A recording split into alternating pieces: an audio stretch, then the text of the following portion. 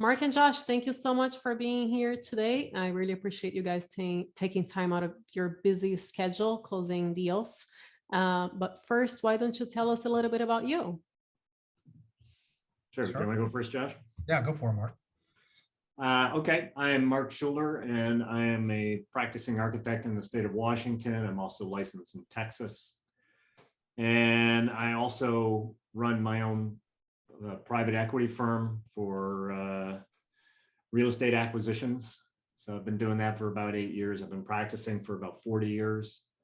And, just been, last 8 years, been doing a lot of deals, trying to close them before interest rate starts going up. But, it's, you do enough of them, you become a deal junkie. And I guess that's kind of where I fall right now. So anyways, that's me. Got it.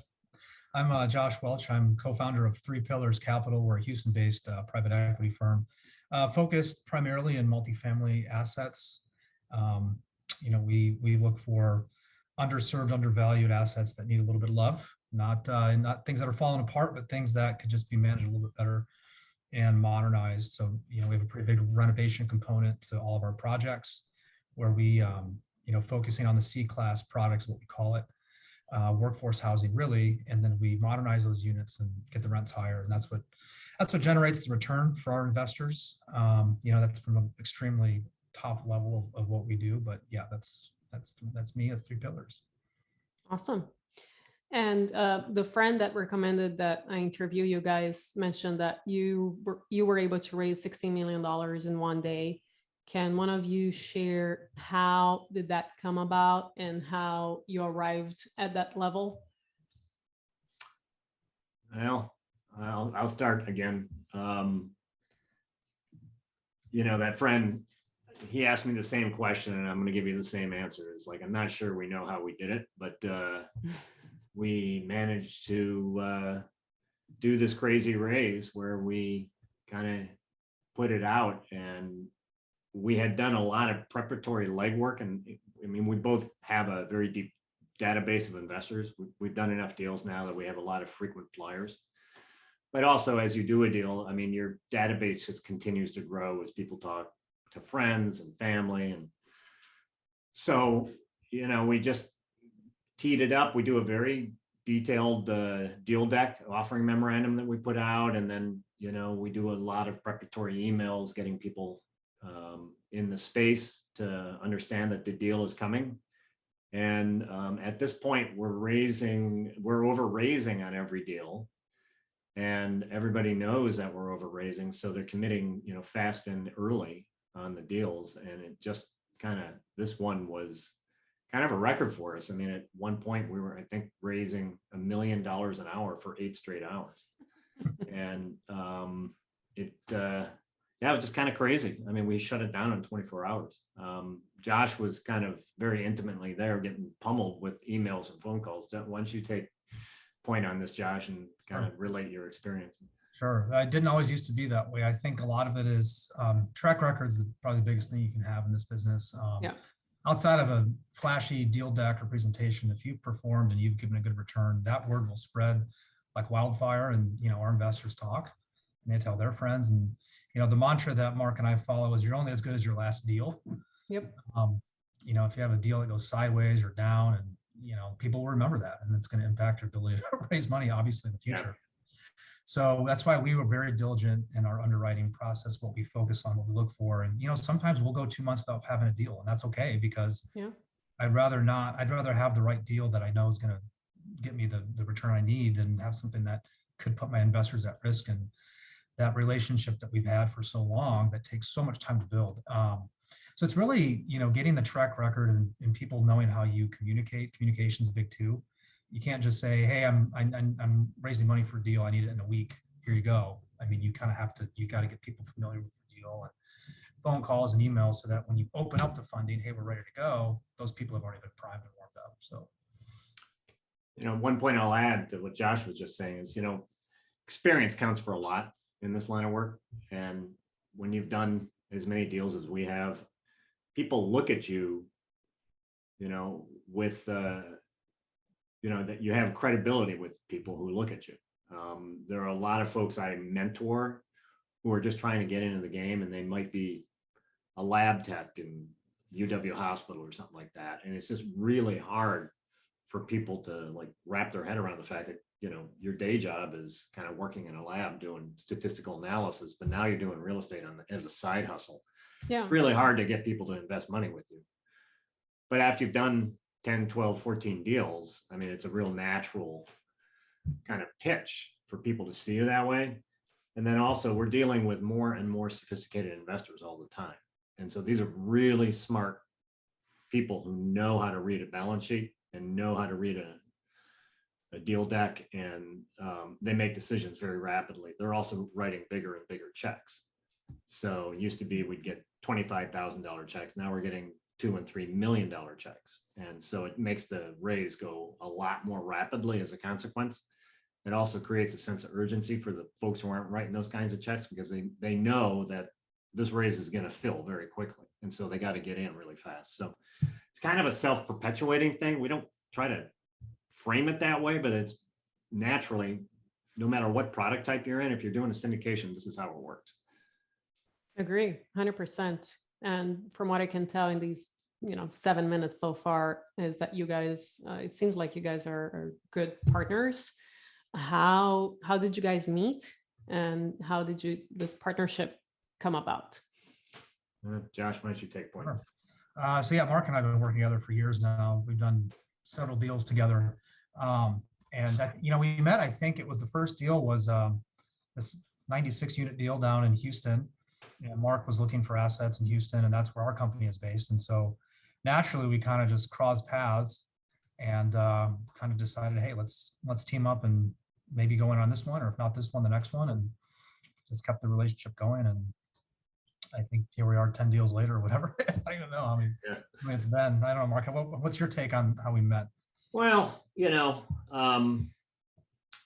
so I live in the Puget Sound, and anywhere on the West Coast, but Seattle especially, the price of real estate is just insane. You're looking at legitimate 3 cap going in rates, and you can't make any money doing that. So, and also as a syndicator, I'm at an extreme disadvantage because I have to pay returns to my investors. There are lots and lots and lots of institutional investors out there that their return profile is a lot different than mine. And so I just sort of gave up on looking at stuff in the Puget Sound. And after a thorough analysis of the entire country, I decided to settle in on Houston. And I think what happened was I was doing a reconnaissance trip down there, and one of Josh's employees was a broker I knew in a former life, and he introduced us. And so, we're both engineers, we're both Michigan grads, right?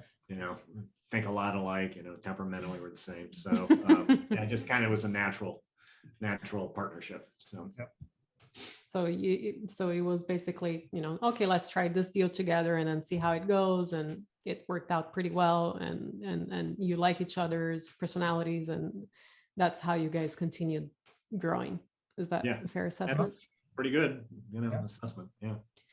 So I'm curious to know, what are some of the things that you both wish you knew earlier in your career to expedite things for other people that you think that is important for them to know today? I'm going to take point. Yeah. I would say the big thing. So, our company, we're a vertically integrated company. So our management is basically aligned with the asset management side. So we've got 3 pillars, which, does the buying and the selling.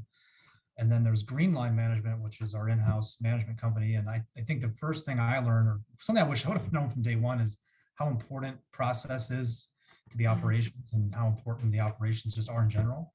I think there's a huge misconception in this industry that, if you can raise money, you can be a sponsor and go run a deal. And the more of those you can do, the better and more successful you'll be. But the reality is, if you don't know how to operate these assets day over day, year over year, they can quickly go south on you. And so a lot of people, especially in this market, have gotten bailed out by rising prices. There will be a day where prices will flatline, stabilize, maybe even go down a little bit. And those who pay top dollar for something that are not running it well will not get bailed out. And so I think that's the biggest lesson that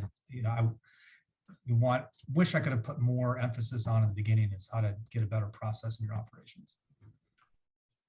Yeah, I think for me, so I come from my whole family's in commercial real estate. I have 5 family members who are commercial brokers, and one of my nephews is a quantitative analyst for a private equity firm, and it's just kind of what we do. It's a family business, and so I'm really familiar with the temperament of folks in the commercial real estate industry. Shall we say, there's a lot of male energy going on in this line of work, and I just wanted to not be that, and because I find that there's a lot of cowboy attitude and a lot of sort of unsubstantiated risk taking that a lot of people do in this line of work, and they just don't slow down and really analyze, because I don't know why. I mean, I'm analytical by nature, but either it's wild ass chutzpah, or just not knowing how to kind of underwrite a deal or whatever. But you just see people taking really crazy risks. I mean, Josh and I have seen deals where it was impossible. The numbers could not possibly work. You'd have to have 40 to 50% rent bumps to support the returns that they were quoting to their investors. And it's like, this is crazy. I don't, lenders aren't going to lend on this. Maybe they'll find some D-level lender who's going to throw some money at them. I don't get it. So as I said, I mentor a lot of people, and I really emphasize just getting a firm foundation in the industry. And there's plenty of 9-month certificate programs or masters in real estate development that you can pursue. You can also just take onesie twosie courses, with CCIM or any of these graduate programs allow you to sit in on a course and audit it. But too many people just wing it on a hope and a prayer, and I don't know what else. But so I just counsel people, you got to get educated. I mean, you just can't waltz into this industry where there's legitimately tens of millions of dollars taking place in a transaction and think you can fake it until you make it. It just doesn't happen. So, you either get a mentor or get educated or get a master's degree. I don't know what, but you got to build on your knowledge base. And, experience is a great teacher, but some of it you just got to sit down and read about. And so that's kind of what I usually tell people. And, and that's what I did. It's not what I wish I had done. It is what I did. And I feel like I kind of propelled my career forward, by 10 years. The other thing that in this industry you have to learn how to do, you have to learn how to raise money properly. And so I joined a mastermind to help me with that and educate me. In 1 year, I probably shaved 10 years off my learning curve to figure out how to raise money effectively. And, that raise that you talked about earlier, it's, fruits of my labor from the last year. It just, if you learn how to do to Josh's point, figure out the process of raising money properly, you can, really raise a lot of money. And that can be with anything in this industry or running this private equity firm. Process is everything. It's just, you don't want to make it up all the time. You don't want to wing it. So and you have a fiduciary responsibility to your investors. And if you screw up, you're done. You're never going to do another deal. So. You both don't know how much I appreciate your response, because ever since we started this podcast almost 3 years ago, I've been saying that people are buying deals at these cap rates, and as soon as 5% vacancy happens, that's it. They're done. And I think that's potentially, coming around the corner because of the interest rates, and obviously commercial loans, you get, 5-7 year fixed rates. So what do you guys think? Do is bake that kind of we're in a rising interest rate environment.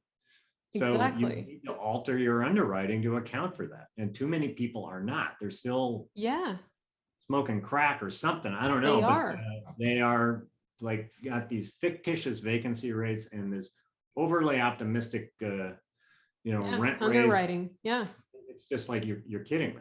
This is just never going to happen. What is wrong with you? And it often comes down to lack of experience. Agree. I mean, you can make some of these deals work. It's just the reality is you can't sacrifice your underwriting.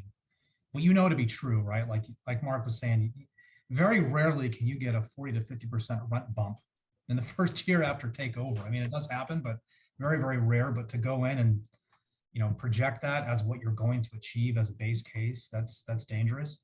So instead, bring down the expectations and be real about that with your investors. So maybe the deal, maybe you can comfortably do 20 to 25%. Yeah. And then maybe your IRR is going to come from a 20 to a 17. Most people probably still will be okay with that. Yeah. I'd rather project that and overachieve than say, hey, I'm going to get a 50% rent bump. You fall on your face, and then you got a lot of angry investors saying that you misled me. So, Yeah. Mm-hmm. So what kind of vacancy do you underwrite normally? Let's say in this environment today, what would you underwrite a deal? Let's say right now it's currently 95% occupied. What would you underwrite for a potential, hit in the economy? So we kind of our projects are a little different. I mean, since we have a heavy renovation component, we're forcing a lot of the units pretty consistently for about a year and a half. So we underwrite for about 80% economic. So call it 90% occupied, another 10% for delinquency. And then we slowly ramp that up over time. So we probably stable out about around a 90, probably 90%. Okay. Yeah, but in the first 2 years, we have a much higher vacancy rate to account for the renovation period. So sometimes we're as high as 35% vacancy. Yep. Sure. And that's just prudent underwriting, and the reality is, I think across our renos, what is it average, Josh? Maybe 14-15%, or do we get higher at time? No, about 85 is the lowest we'll go. It depends. I mean, these things are living, breathing things. Sure. Sometimes you get a month where a bunch of people move out. Sometimes you get months where not many people move out, but 15% is probably the lowest we would ever drop it, from a renovation standpoint. Yeah. So, you want to under promise and over deliver. And that's one of our fail-safe metrics to make sure we're covering our butts in the underwriting is to, program in that high vacancy rate, and just, and it's just prudent business practice. And it stuns me that so many people don't get it. Agree. And I'm so happy that you guys touched on this topic, because sometimes I feel like I'm the crazy one warning people. But it's so great to see, people like you guys that are actually raising $60 million in one day, because obviously you were successful before. And so people like you coming in and saying that it is so important. And I really appreciate that. So let's touch a little bit on architecture. Can you share a little bit of what should some operators keep in mind with regards to, let's say, commercial architecture? Let's say they're either building something from scratch or renovating a commercial building. Mark? Well, now you're getting in my wheelhouse. Something we might not know. First of all, there is, I'll show you. So this is the building code. I don't know if you can see that. It's a 3-inch 3-ring binder. And so obviously there's some rules of engagement. Yeah. And somebody who doesn't come out of a construction or engineering background, they're devoid of the context of how we operate within the built environment. And so many people just kind of go out there and do whatever they want, and they don't understand that there's a higher authority, there's a building department, and so I have like saved more house flippers than I care to think about, because they got in over their skiddy tips, way over their ski tips, just screwing around, putting a house together without any context, without any understanding of the building code. The next thing you know, they're getting red tagged, and or they're buying product that the floor joists are in the dirt in the crawl space or something. And that happened to me one time with one of my clients, and he ended up going bankrupt. Wow. So, it is a big boy's game, and you've got to play by big boy rules. And too many people have too immature an attitude about it, and they get in trouble. So, what I usually tell people is, if you don't know it, you need to hire somebody who knows and understands the context. But just don't go out there and screw around, because people can die. I've had, over the course of my career, 6 people die in my project. And stuff happens. I've had tradesmen lose, fingers because they ran it across a saw blade. I mean, it's a dangerous work environment with a lot of toxicity floating around in the air. You should never have a child on a job site. I see mothers coming in there with their babies, and I'm just like, what the hell are you doing? Get off my job site. So yeah, really, you need to understand that you're operating within a serious context that is very rule laden. I work in one of the most regulated industries on the planet. And absolutely.